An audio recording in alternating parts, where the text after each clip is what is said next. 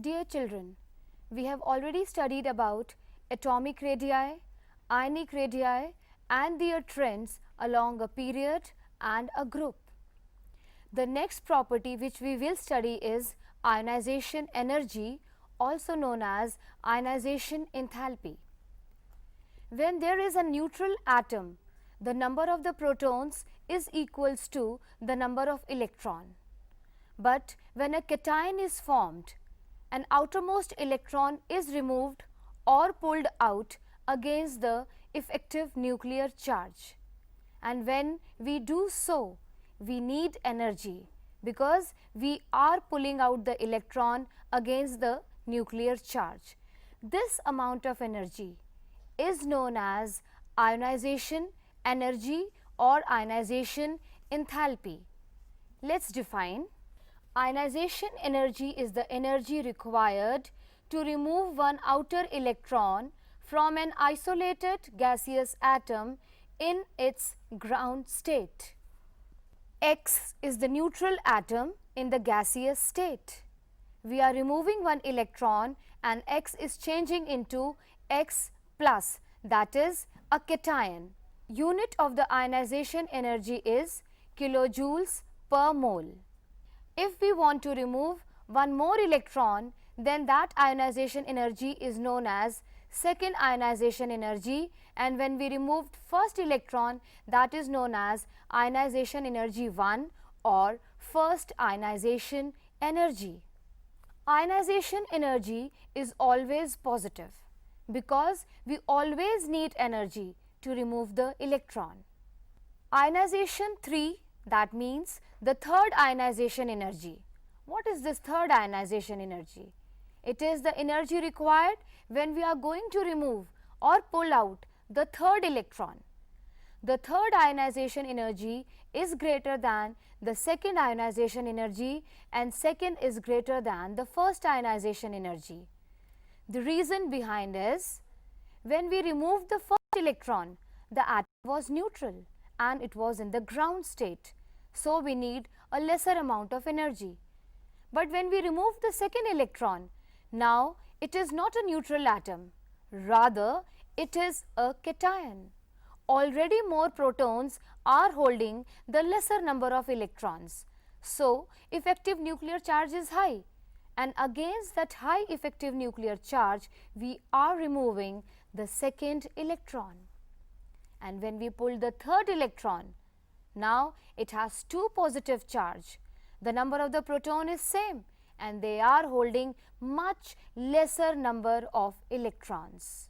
So, now I hope that you can clearly understand that why third ionization energy is more than second and second is more than first. Noble gases have maximum ionization energy. The noble gases have their complete octet. They are in the most stable state. They have 8 electrons in their outermost shell. So, when we are going to disturb this outermost stable configuration, obviously we need much higher energy. The alkali metals have minimum or the lowest ionization enthalpy. The reason is each alkali metal has the largest atomic radii in their respective periods. Also, they have only one electron in their valence shell.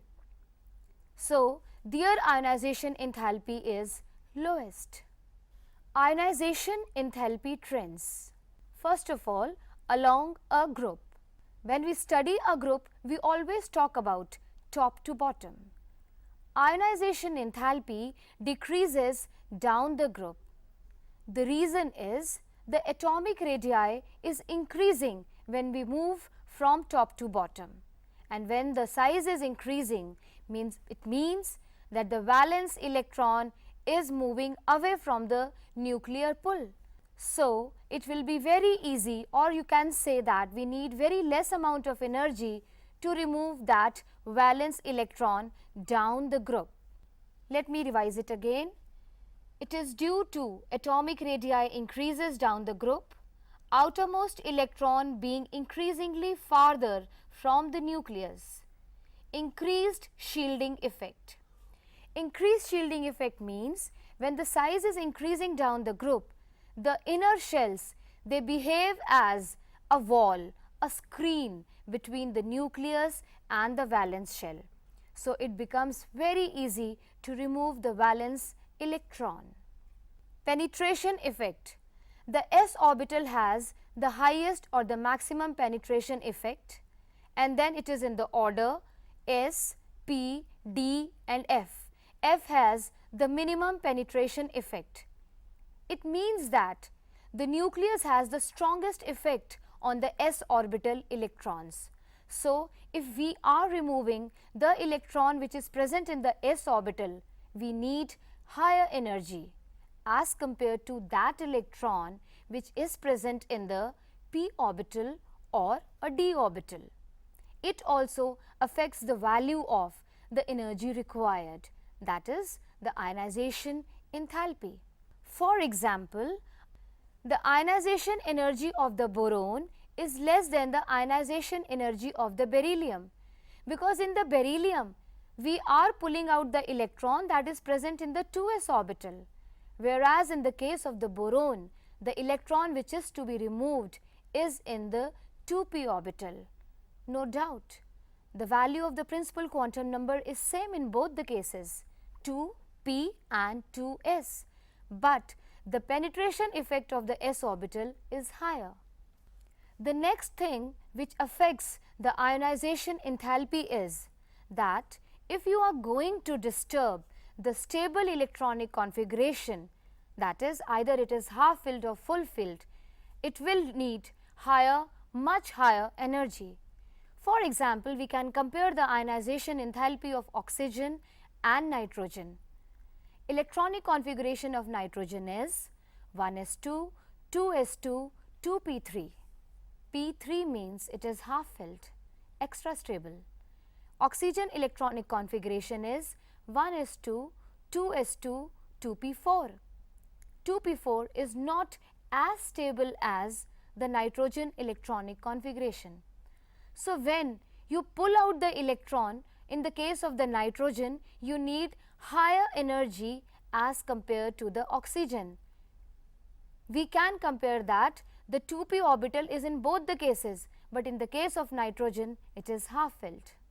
Electron gain enthalpy and electronegativity. Electron gain enthalpy. When an anion is formed, we add an extra electron in the valence shell. When we add an extra electron in the valence shell, the energy is released. This is known as electron gain enthalpy. Let me define. It is the enthalpy change accompanying the process when an electron is added to a gaseous atom to convert it into a negative ion. A negative ion is an anion. Enthalpy change or the energy change means there are the chances when the energy can be needed to add the extra electron. That is in the case of the noble gases, because their octet is complete, and when we add an extra electron, the incoming electron experiences the inter-electronic repulsion. At that time, we have to supply energy to add that valence electron. Otherwise, the energy is released in the case of electron gain enthalpy. X is in the gaseous state and we are adding an extra electron and it is changing into X with one negative charge, that is an ion. Electron gain enthalpy can be exothermic or endothermic, as I have explained you earlier. Group 17 elements have very high electron gain enthalpy, but here we have to give stress on the point that the electron gain enthalpy of chlorine is higher than the electron gain enthalpy of fluorine, in spite of the fact that fluorine is the maximum electronegative element of the periodic table. The reason is that in fluorine and in chlorine both have 7 electrons in their valence shell, but the atomic radii of the fluorine is smaller as compared to the chlorine. So, the incoming electron experiences higher repulsion in case of fluorine, and in the case of the chlorine they are accommodated very well because the size is large and incoming electron experiences the less interelectronic repulsion. Same is the case with oxygen and the sulfur lying just below it. It is difficult to remove an electron due to a small size or high effective nuclear charge, so it will be also easy to add a new one. Noble gases do not follow the trend in electron affinity because a filled valence shell makes it energetically unfavorable to add an electron. Electron gain enthalpy trends, trend along a period and along a group. First of all, across a period. Electron gain enthalpy increases across a period.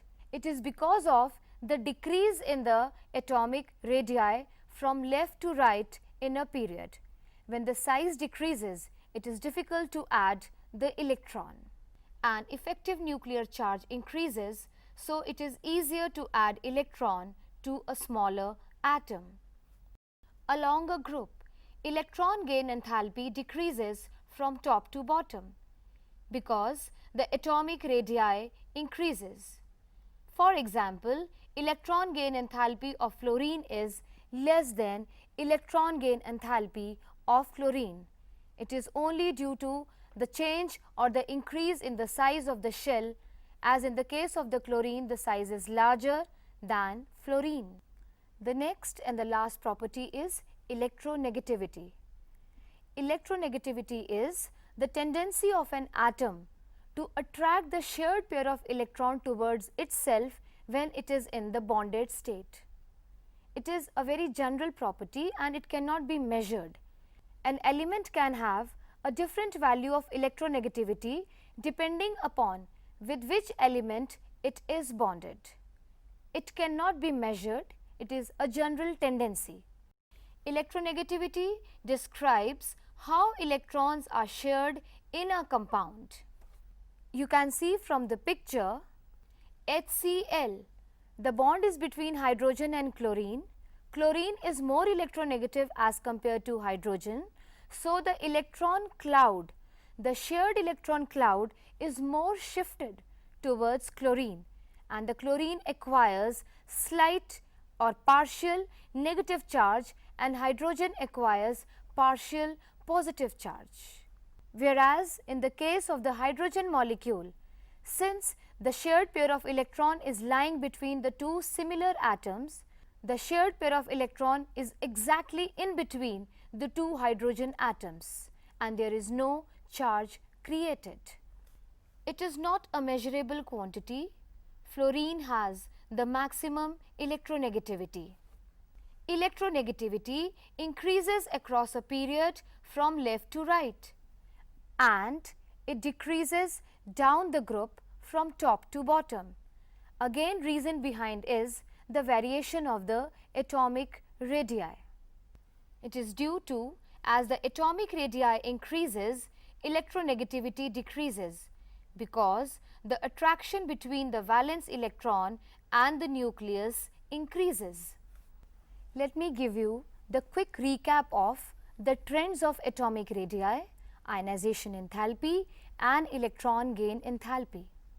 From the picture you can see that the size, that is the atomic size, it is increasing down the group and it decreases across a period from left to right. You can see the head of the arrow pointing towards the left hand side, that is towards the first two groups. This shows that they have larger size as compared to the p block elements. Ionization energy, it increases across a period from left to right and it decreases down the group. Electron affinity, it also increases across a period but it decreases down the group. The larger which is written is the arrows you can see in the ionization energy and electron affinity are pointing in upward direction. That means the value of the ionization energy of the top elements is larger as compared to the bottom. That is why we say that ionization energy decreases down the group and electron affinity or electron gain enthalpy decreases down the group. I hope all these properties and their trends are clear to you.